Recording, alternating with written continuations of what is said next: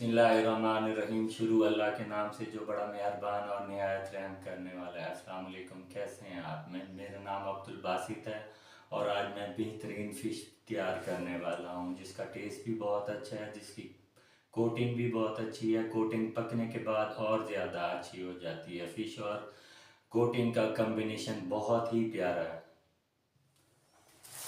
ये जी फ़िश हमने रखी हुई थी, तकरीबन इसे लगा के क्या लगा के रखा हुआ था बताते हैं आप।